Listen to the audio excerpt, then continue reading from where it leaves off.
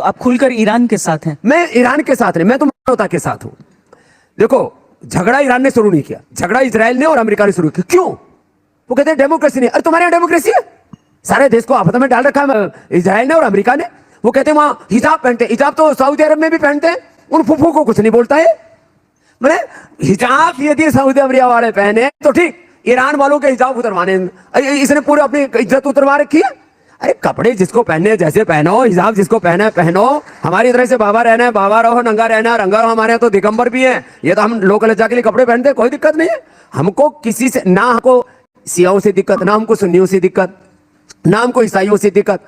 हम तो कहते हैं सबका परमेश्वर एक है, सबका ईश्वर एक है, सबकी धरती माता एक है, सबकी प्रकृति माता एक है। और भारत में रहने वाले मुसलमानों से तो मैं कहूंगा हम सबके पूर्वज पुरखे भी एक ही है। तो हमारे यहाँ तो झगड़ा किसी बात का ही नहीं। हम तो कहते हैं सब मिलजुल करके रहो, मिलजुल करके देश को आगे बढ़ाओ। फालतू का ये हिंदू, ये मुसलमान, ये सिख, ये ईसाई, ये